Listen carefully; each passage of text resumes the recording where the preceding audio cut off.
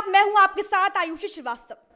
आज मुद्दा सामान्य नहीं है, क्योंकि जब दिल्ली से 60 किलोमीटर दूर हरियाणा के बल्लभगढ़ में एक हिंदू लड़की की सरेआम हत्या हो जाती है, गोली मार दी जाती है, तो फिर मुद्दा सामान्य नहीं रह जाता।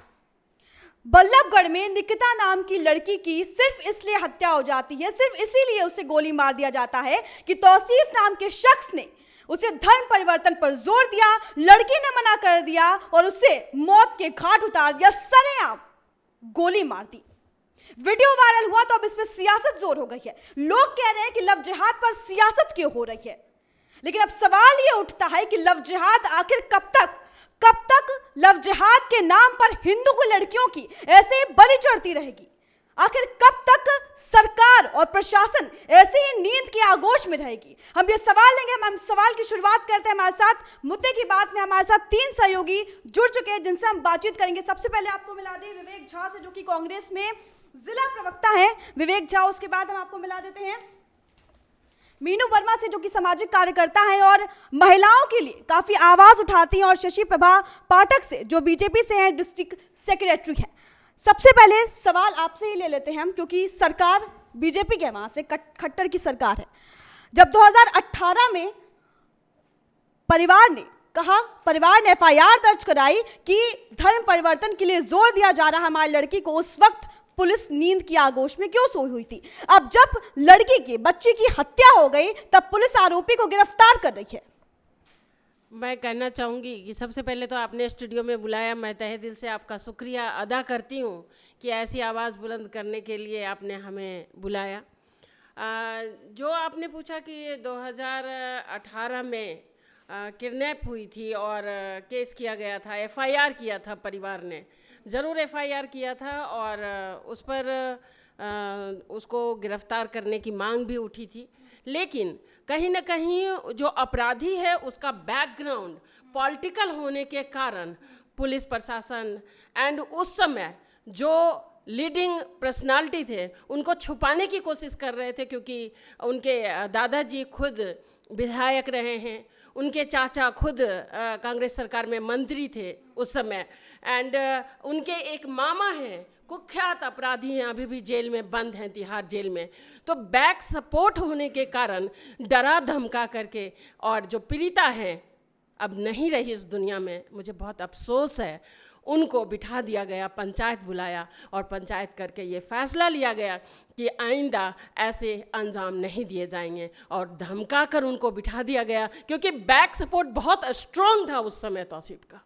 बैक सपोर्ट की बात करिए, लेकिन पुलिस प्रशासन क्या नींद में नहीं सोई हुई थी? सरेआम खट्टर की सरकार है, लेकिन सरेआम कैसे किसी को गोली मार दिया जाता है? क्या पुलिस वहां पे नहीं थी? और क्या पुलिस थी भी? क्योंकि 2018 में जब पीड़िता के परिवार ने का यह बयान भी आया है कि उन्होंने पुलिस से मांग की सुरक्षा की, तब क्यों नहीं सुरक्षा मिली उसे? मैं बताना चाहूँगी कि मैं फिर वही कहना चाहूँगी कि उस समय चूँकि वो इसीलिए बच गया क्योंकि जो प्रशासन है वो कहीं ना कहीं कांग्रेस सरकार के अधीन था और दबता था। जो अभी आपने पूछा कि पीड़िता को आम चौराहे पर गोली मार दिया गया और प्रशासन कहाँ थी, उसका जवाब मैं ये दूंगी कि वो न्यूट्रल अपने कॉलेज से एग्ज़ाम देकर बच्ची निकली थी, और एग्ज़ाम देकर निकली थी तो उसको नहीं लगा, और प्रशासन वहाँ पर, क्योंकि वो एग्ज़ाम सेंटर था, वहाँ कोई भी सजग नहीं था, इस अपराध की भनक भी नहीं थी प्रशासन को, और आकर के अपराधी इस अंजाम को देकर चला गया। लेकिन मैं फिर भी सरकार से मांग करती हूँ कि जो अपराधी पकड़ा गया है या इसके पीछे जो आपराधिक तत्व है या साजिश करता है, उसको बेनकाब करके और अल्टीमेटली उसको सज़ा मिले, ताकि दूसरा कोई तौसीफ फिर पैदा न ले कि सरेआम किसी बहन और बेटियों को गोली से भून दे। खट्टर की सरकार है वहां पे, लेकिन नाता कांग्रेस से बताया जा रहा तौसीफ का। सर्वप्रथम आपका बहुत ही हार्दिक आभार प्रकट करता हूं कि आज आपने बुलाया अपने न्यूज़ चैनल न्यूज़ रूम में। मैं एक बात पूछना चाहता हूं कि अपराधी तो अपराधी होता है, अपराधी का ना तो कोई जात है ना अपराधी का कोई धर्म है, और अगर ये कहना उचित है कि उसके दादाजी, उसके जो घर के लोग हैं वो काफ़ी पॉलिटिकली स्ट्रॉन्ग हैं, कांग्रेस से ताल्लुकात रखते हैं, तो भी सरकार तो खट्टर साहब की बनती है ना। जो हरियाणा की बेटी है, हरियाणा की बेटी जब प्रशासन तो किसी का नहीं होता है, प्रशासन तो सबके लिए सामान्य है, चाहे कोई भी पॉलिटिकल लोग हो, चाहे आप आम नागरिक हो। उसके बावजूद भी अगर इस तरीके की घटना सामने आती है तो कहीं ना कहीं खट्टर सरकार की नाकामी है। और ये गुंडे बदमाश जितने भी ये लोग हैं, ये कहीं ना कहीं इन लोगों का मोनोपोली इतना बढ़ गया है कि आज दिन दहाड़े लूट कर रहे हैं, दिन दहाड़े गोली मार रहे हैं। और इसका किसी भी, आज भूपेंद्र सिंह हुड्डा जी ने रात में ट्वीट भी किया है कि किसी भी अपराधी का ना तो कोई जात होता है ना कोई धर्म होता है। और जिस तरीके से पूर्व मुख्यमंत्री भूपेंद्र हुड्डा जी ने अपराधी को कड़ी से कड़ी सजा की मांग की है, तो यह बात स्पष्ट हो जाती है कि भूपेंद्र सिंह हुड्डा जी और हमारी जो कांग्रेस की मतलब हमारी जो कांग्रेस पार्टी है वह दोषियों के खिलाफ है और सख्त कार्रवाई की मांग करते हैं। लेकिन चूंकि 2018 में भी दोषित मतलब इन्होंने FIR दर्ज कराया, तो कहीं ना कहीं मैं समझता हूं कि खट्टर सरकार की नाकामी है, क्योंकि डबल इंजन की सरकार है। और जिस परिवार में जिनकी अपनी स्त्री ना हो, जिनकी अपनी बेटी ना हो, वो क्या जाने कि परिवार में एक बेटी का, एक बेटे का और एक स्त्री का क्या दुख होता है और क्या सुख होता है। ये लोग तो निंद में हैं। और यह सिर्फ और सिर्फ एक RSS का एक षड्यंत्र है, जो कहीं ना कहीं लव जिहाद के माध्यम से लोग वोट बैंक की राजनीति को आगे बढ़ावा दे रहे हैं। आप कह रहे हैं कि परिवार के लिए आप दुख जताते हैं, और वही परिवार है जिसने ये कहा है कि कांग्रेस का हाथ है, विधायक है उसके दादा, जो तौसीफ था उसके दादा विधायक है। पूरी तरीके से अगर पावर किसी मिली है उसे तो वो कांग्रेस पार्टी की तरफ से मिली। क्या कहेंगे आप इस पे? जब अपराधी कोई भी अपराधी होता है, जब भूपेंद्र सिंह हुड्डा जी ने यह बात स्पष्ट कह दिया है कि अपराधी का ना तो कोई जात है ना कोई धर्म है, और हम सभी लोगों को उन्होंने ट्वीट के माध्यम से बोला कि अपराधियों को कड़ी से कड़ी सज़ा मिलनी चाहिए, तो कड़ी से कड़ी सज़ा मिलनी चाहिए। अब अपराधी कुछ भी बोले, अपराधी तो कुछ भी बोल सकता है, क्योंकि अपराधी अपनी सेफ्टी के लिए कुछ भी बोल सकता है। लेकिन जो हरियाणा कांग्रेस के जितने भी आला कमान के लोग हैं, वह तो इन बातों को स्वीकार नहीं कर रहे हो। तो सब लोग मिलकर कह रहे हैं कि अपराधियों को कड़ी से कड़ी सज़ा मिले और कड़ी से कड़ी सज़ा उनको मिलनी चाहिए। ये कह रहे ना तो धर्म आना चाहिए ना जाति, लेकिन कैसे धर्म और जाति ना आए जब बात लव जिहाद की हो? बिल्कुल सही कहा आपने, और ऐसा उन्होंने अपनी सोच से बोला है, उनकी सोच ऐसी ही है। आज हम देखते हैं, एक नहीं, ये एक बेटी बलि पर नहीं चढ़ी है, अनेकों बेटियां हिंदू संप्रदाय से जो आती हैं। प्यार करना गुनाह नहीं है, प्यार अगर करता है तो वह जिहाद में परिवर्तन कैसे होता है। हमारे समाज में भी मुस्लिम लड़कियां शादी करके आती है और सम्मान हम रखते हैं और फ्रीडम देते हैं, जबकि हमारी बेटियों को धर्म परिवर्तन करने के लिए 2 साल से तौसीफ उस पर प्रेशर डाल रहा था, तरह तरह की प्रताड़नाएं दे रहा था, उसका पीछा कर रहा था। क्या ज़रूरत है धर्म परिवर्तन करवाने की? आप तो प्यार करते हो ना, इसमें धर्म कहाँ से आ गया? और धर्म परिवर्तन करवाना तो एक बात है, असली बात तो ये है कि लब के जो पर्दे में है एक वो जिहाद छिपा हुआ है, जो हिजाब के पीछे छुपा हुआ है, जो बुर्के के पीछे छुपा हुआ है, वो बहुत बड़ा जिहादी है, जो बुर्के और हिजाब पहना के औरतों को एक जानवर की भांति जिंदगी जीने के लिए बाध्य करना चाहते हैं। जो औरतें हिंदू समाज में आज़ादी की सांस लेती है, हिंदू समाज में कभी ऐसा नहीं है कि अपने चेहरे को ढक करके और प्रताड़ित होकर के पुरुष समुदाय के आगे घुटने टेक दो, ऐसा हिंदू समाज में नहीं होता है। लेकिन कहीं ना कहीं ये जिहादी हैं, ये लब के नाम पर जिहादी हैं, इनको इमीडिएट जितनी जल्दी हो सज़ा मिले, और इन जिहादियों को बचाने के लिए जो तत्व सामने आए उन पर भी उचित कार्रवाई हो। आप एक सामाजिक कार्यकर्ता हैं, महिलाओं के हित में आवाज उठाती हैं। जब इस तरह की घटनाएं जब होती हैं तो क्या सोच पैदा होती है? वो कौन सी सोच है जो इन लोगों को इस तरीके से एक लड़की की हत्या करने पर मजबूर कर देती है? सबसे पहले आप लोगों को धन्यवाद देना चाहूँगी जो आपने मुझे अपने न्यूज़ रूम में बुलाया और इस बहुत ही महत्वपूर्ण विषय पे मुझे बोलने का मौका दिया। मैं एक बात ये पूछना चाहूँगी कि लव जिहाद और ये हिंदू मुस्लिम, ये इस तरीके की बातें क्यों हो रही है? लड़की चाहे हिंदू की हो चाहे मुसलमान की हो, अगर ये किसी मुस्लिम की लड़की के साथ होता तो क्या आप लोग भी तब भी ऐसी बातें करते क्या? और अगर ऐसी बात है तो फिर हरियाणा के अंदर सरकार है भगवाधारी। मैं तो सीधा बोलती हूँ, भगवाधारी सरकार के अंदर में अगर ये लव जिहाद चल रहा है, इतने हौसले बुलंद हो गए हैं कि कोई भी आके कहीं से भी उठ के आएगा हथियार लेकर और बेटी को हमारी गोली मार देगा, तो ये इतना हौसला आया कहाँ से? कहाँ से आया ये हौसला? आज आप लोग ये कह रहे हैं कि अपराधी के कांग्रेस से संबंध थे, तो चिन्मयानंद और रैगड़ जैसे लोगों के नाम भी हैं जिनके संबंध भाजपा से रहे हैं, उनके बारे में आप लोग क्या कहोगे? यानी इन पार्टियों से तर ये है कि इस तरह की घटनाएं रुके कैसे? क्या इसके पीछे कोई कानून नहीं बनना चाहिए? बिल्कुल बनना चाहिए। सरकार आपकी है, चाहे वो स्टेट में हो चाहे वो पूरे देश में हो, तो क्यों नहीं आप लव जिहाद के खिलाफ कोई कानून पास करते हो?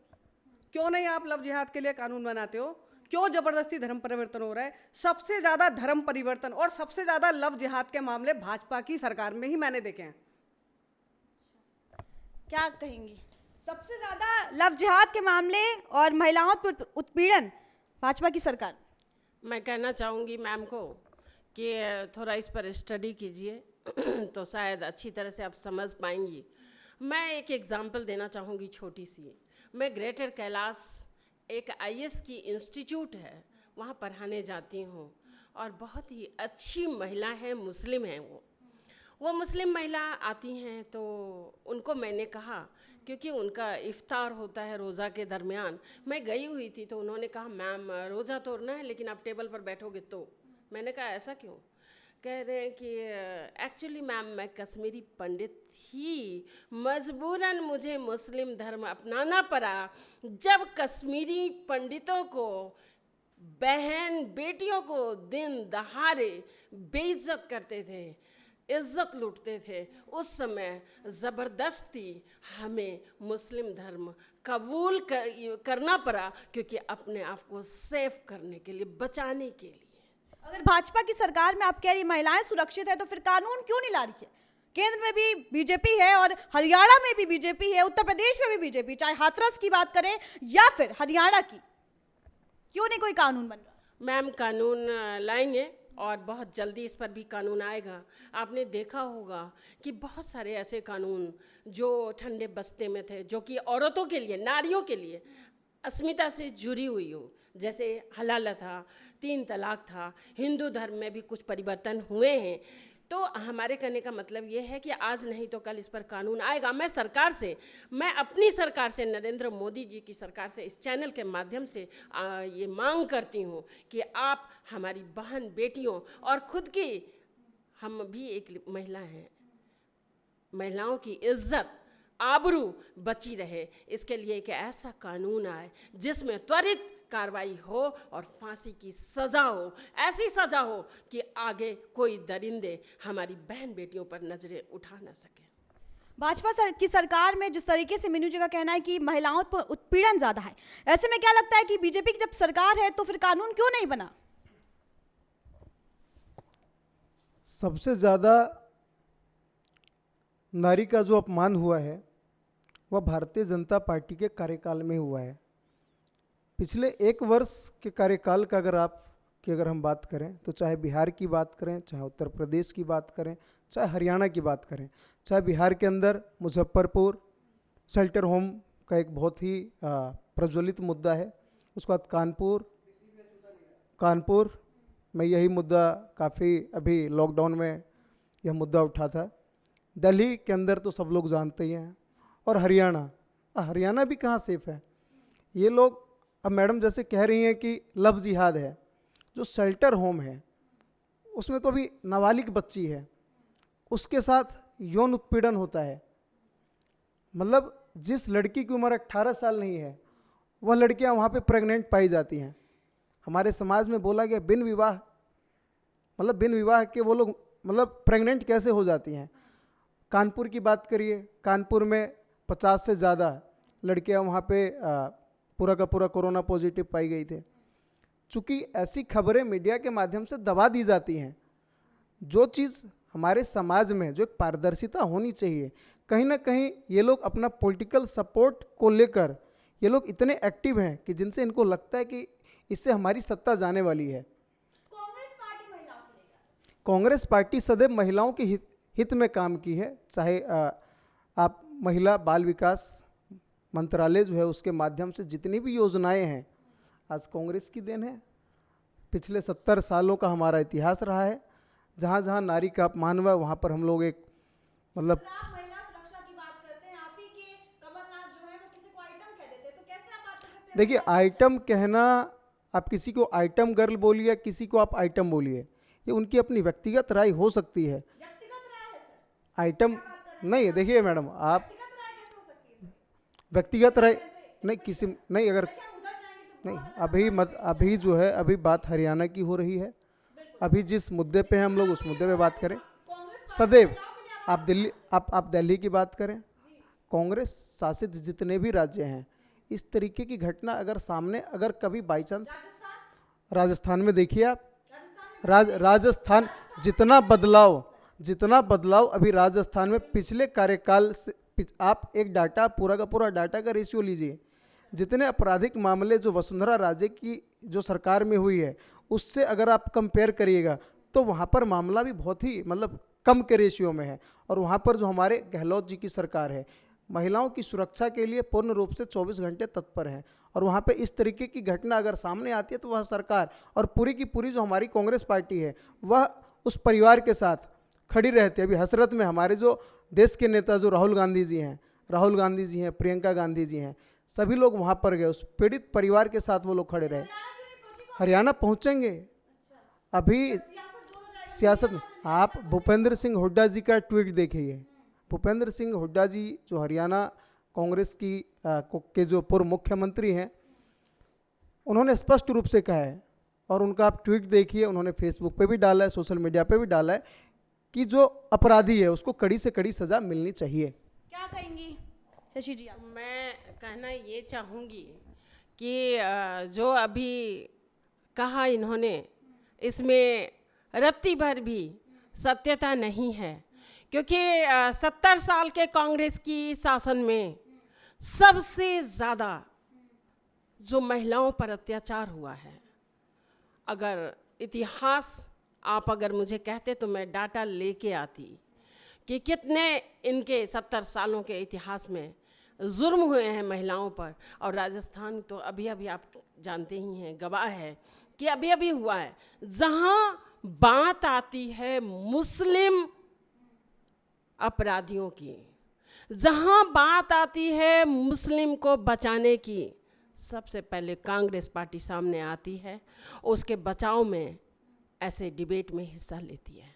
मेरे कहने का मतलब है, मैं यही बोली हूँ कि अपराधी हिंदू मुस्लिम चाहे जो भी हो, सख्त से सख्त कार्रवाई की जाए। लेकिन आपने एक केस ऐसा सुना है कि किसी मुस्लिम लड़की को कहीं भी जबरदस्ती धर्म परिवर्तन कराकर शादी की गई हो, या धर्म परिवर्तन कराने के लिए बाध्य किया गया हो, मजबूरन उसे मारा पीटा गया हो, उसके मौत के घाट उतार दिया गया हो, उसे निर्वस्त्र कर दिया गया हो? कभी सुना है आपने? आप ये कह रही हैं कि भाजपा की सरकार, लेकिन मैं ये कहना चाहती हूँ कि आप कहती हैं कि मेरे पार्टी में, मेरी सरकार में इतनी लड़कियों के साथ नहीं हुआ, आप कहते हैं मेरी सरकार में इतनी लड़कियों। बात यहाँ पे ये है कि क्यों हो रहा है ये बात, यहाँ पे इसके एक कानून बनना चाहिए, चाहे कांग्रेस की सरकार हो या बीजेपी की सरकार हो, कानून तो बनना चाहिए इस पे, ताकि इस तरह की घटनाएं दोबारा ना हो। मैम, बिल्कुल कानून बनना चाहिए, और तत्पर होकर के मैं फिर आपके सामने ही ये बात रखी हूँ। लेकिन मैं एक इस चैनल के माध्यम से और आपके माध्यम से समाज से ये रिक्वेस्ट करती हूँ, नज़रिया बदलिए।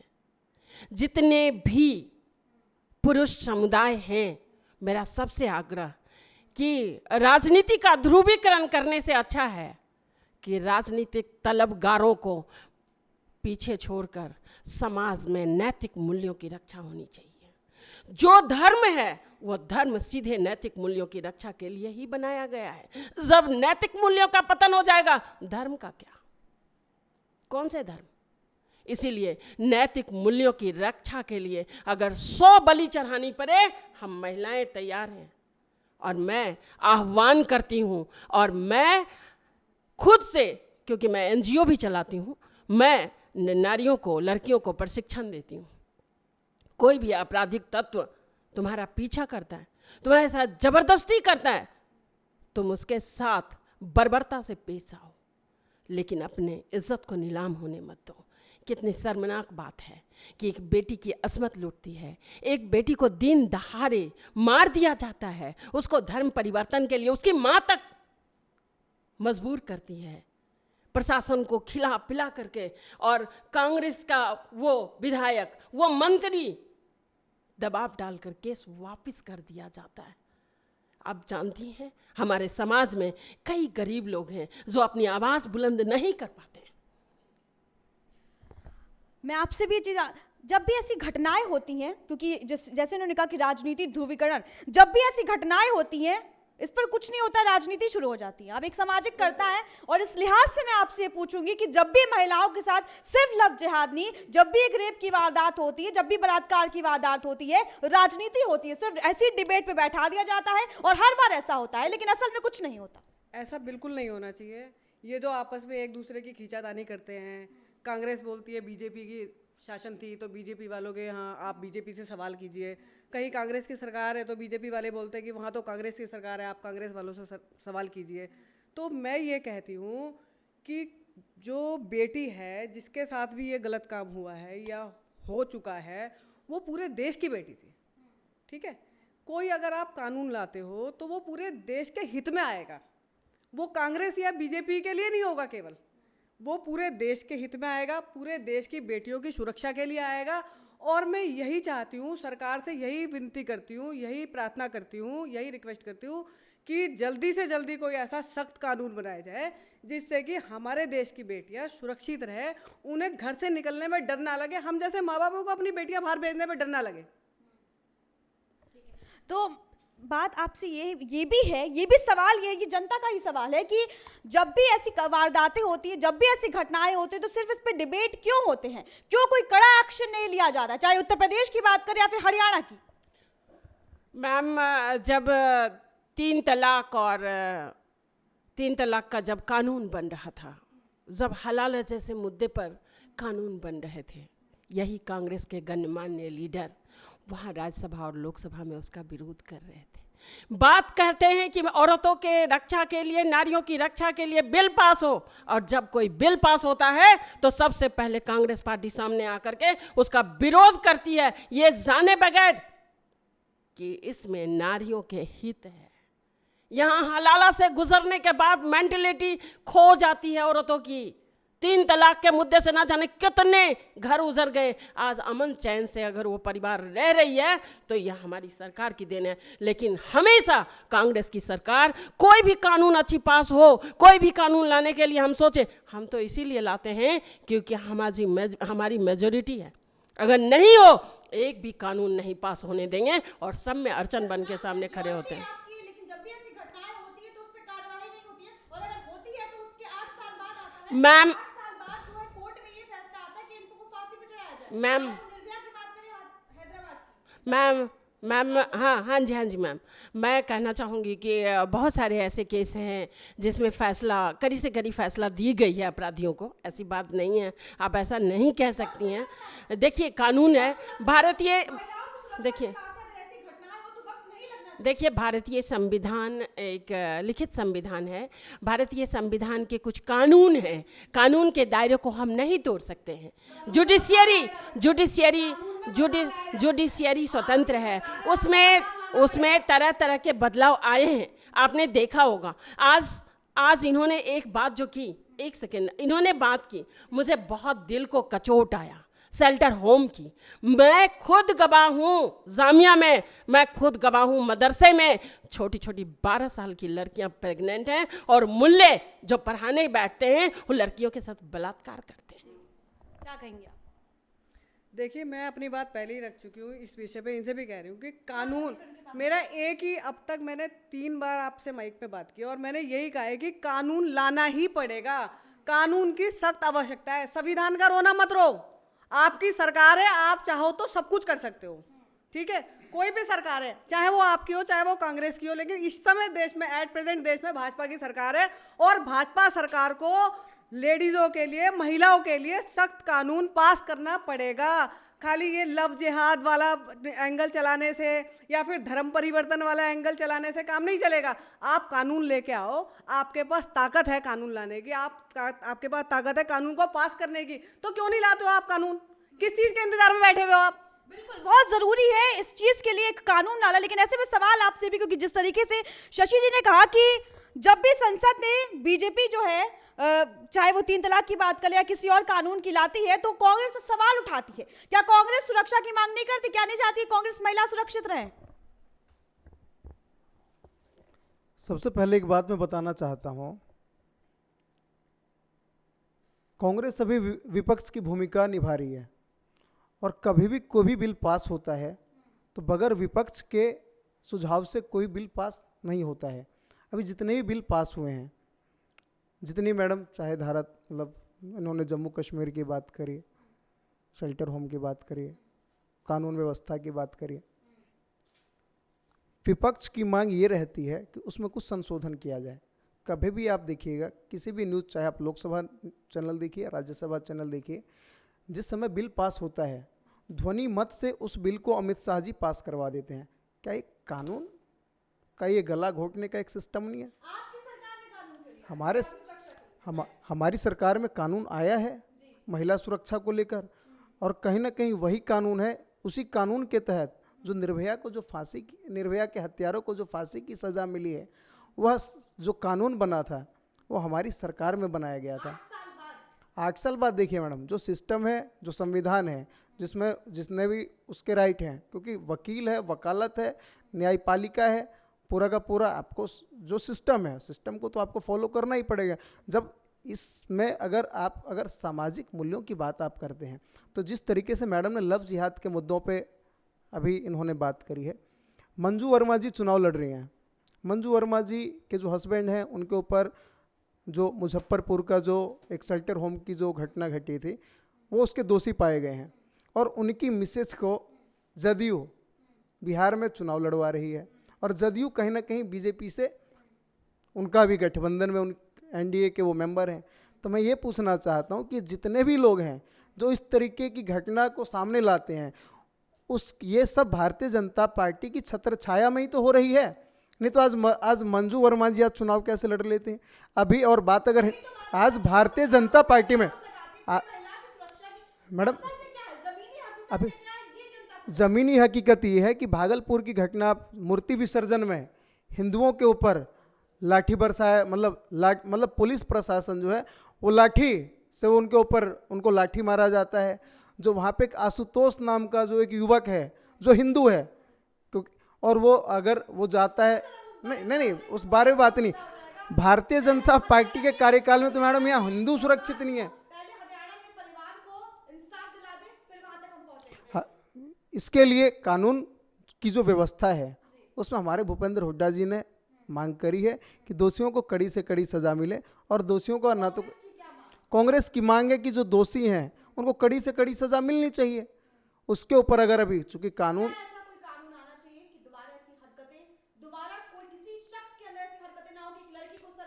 मैडम, इसके लिए अगर आप कानून व्यवस्था की बात करते हैं तो सर्वप्रथम जो भारतीय जनता पार्टी को एक ऐसी व्यवस्था लानी चाहिए कि महिला सुरक्षा का, ऐसा तो नहीं कि महिला सुरक्षा के ऊपर कानून नहीं है या नारी सुरक्षा के ऊपर कानून नहीं है। कानून तो पहले से ही है। कानून बनाने से महिला की सुरक्षा का कोई सॉल्यूशन नहीं है।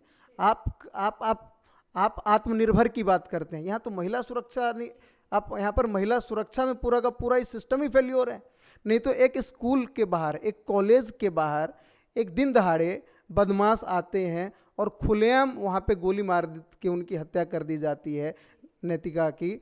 मैं पूछता हूँ कि कॉलेज के बाहर क्या पुलिस प्रशासन की वहाँ ड्यूटी नहीं बनती है कि वहाँ पे कॉलेज प्रशासन, कॉलेज के गेट के बाहर जितने भी उनका जो एरिया होता है उसके बाहर जहाँ लड़के जब पढ़ाई करते हैं, तो वहाँ पे क्या सिर्फ और सिर्फ चुनाव के वक्त अभी पूरा का पूरा जो सिस्टम है, खाली आप नेताओं की सुरक्षा के लिए तो आपके पास एक से एक पुलिस हैं, एक से एक आपके पास सुरक्षा कर्मी हैं, लेकिन जहाँ पे बच्चे हैं, जहाँ पे बच्चों की सुरक्षा के लिए आपके पास पुलिस फोर्स नहीं है कि वहाँ पे गेट के बाहर हम इस तरीके की व्यवस्था करें कि वहाँ पे पूरा का पूरा एक सिक्योरिटी सिस्टम हम वहाँ पे डेवलप कर सकें। उसके लिए क्या पुलिस प्रशासन नहीं है? या पुलिस प्रशासन अभी हरियाणा में सिर्फ इसलिए है कि 500 रुपये का मास्क नहीं है, तो मास्क नहीं है तो अभी सारे के सारे पुलिस के लोग वहाँ तो मास्क का चलन काटने में लगे हुए हैं। तो जाहिर सी बात है ये जो महिला उत्पीड़न है या फिर नारी सुरक्षा, इनकी बात तो इनके आइडियोलॉजी में कहीं दूर दूर तक दिखाई नहीं देती है। परिवार को मांग कैसे मिले? देखिए, जो भी ये इंसिडेंट हुआ है हरियाणा के अंदर या और भी कहीं हुआ है या आपको दिख रहा है, कि मैं ये चाहती हूँ कि इसमें सबसे पहले तो ये कानून लाया जाए कि फास्ट ट्रैक में इस चीज़ को चलाया जाए। कोई ये नहीं कि महीनों तक, जैसे कि निर्भया में 8 साल लगे न्याय मिलने में, न्याय मिला उसे, लेकिन 8 साल के इंतज़ार के बाद।